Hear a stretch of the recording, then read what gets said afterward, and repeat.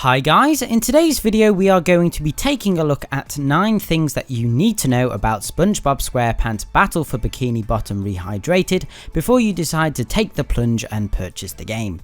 As usual, just before we begin, remember to hit those like and subscribe buttons if you enjoy the content on this channel and want to help it grow. Anyway, let's get started. Number 1. So Battle for Bikini Bottom is what I'd call a classic and faithful remaster of the game. What I mean by this is the remaster is essentially the exact same game as the PS2 version but with updated graphics. So there hasn't been any quality of life changes or anything new per se added into the game, but they have added a new multiplayer horde mode which can be a lot of fun, but apart from that this is a classic remaster. Number 2. Battle for Bikini Bottom at heart is a big collectathon. Whether you are collecting shiny objects, underwear or golden spatulas, collecting them is the aim. You even swap things you have collected for other things you need to collect. While this seems very basic, the ways in which you obtain all of these items are varied and sometimes hidden, so it's not like it's a running simulator with the occasional shiny object to pick up. There's always an element of fun and something new thrown into the mix.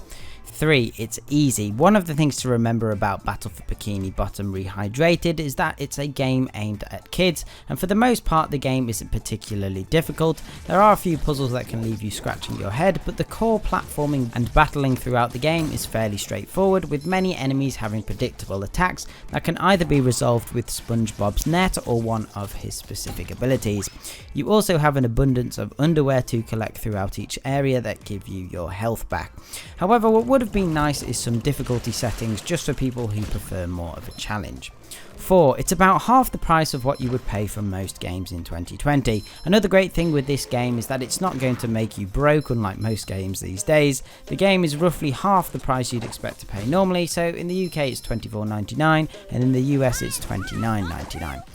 5. If you've played the original, I would really recommend giving this game a go. I personally didn't play the original, but I did watch a lot of SpongeBob when I was younger, so the game is a trip down memory lane, and it's really nice to see all the familiar faces and locations in 2020. It brings back some enjoyable moments. Having said that, if you are completely new to SpongeBob, I don't know if it will be as enjoyable, particularly as you don't get much context to the characters. It's kind of assumed you know who they are, which in fairness most people do, and I think the target market for this game probably wasn't to get new people into SpongeBob. I feel it's mainly targeted at those who love or still love the SpongeBob franchise. 6. Areas are lengthy but keep you engaged throughout. Unlike the likes of, say, the original Crash Bandicoot games, Battle for Bikini Bottom doesn't have specific levels. They are kind of different areas for you to explore that kind of feel like one large level but are designed for you to explore and complete sections that act like levels. These get increasingly harder and introduce a variety of different mechanics and puzzles along the way. While many of the areas feel quite linear, there are lots of hidden sections and areas that you can revisit later with a different character or when you have unlocked a new ability, which are given to you quite slowly but at the right time in my opinion. I like having sections of levels that are locked until later in the game. It gives you a good incentive to return to an area further into your playthrough. It's also worth noting that each area feels distinctively different with its own set of rules to play by, whether that be through the addition of new mechanics, enemies or challenges. 7. Voice lines and music become very repetitive very quickly. One of the things with the game I have found a bit disappointing is the repetitive nature of the character voice lines and background music. It became apparent really quickly, even in the first level, that SpongeBob clearly doesn't have many voice lines at all, and I think while not having many voice lines isn't necessarily bad, what makes it noticeable is how often the characters speak. In the first area, which is pretty long, I must have heard some of the same lines at least 10 times, so I think if the lines had been spaced out a bit more it wouldn't have been as bad, but some additional voice lines would have been great to have.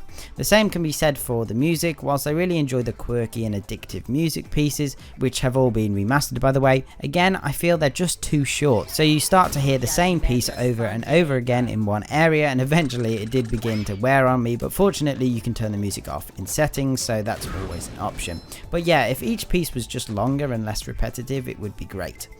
8. The game is unforgiving when falling off the map. So like with other older games, Battle for Bikini Bottom Rehydrated offers the ability to save when you want and gives you multiple checkpoints throughout a level.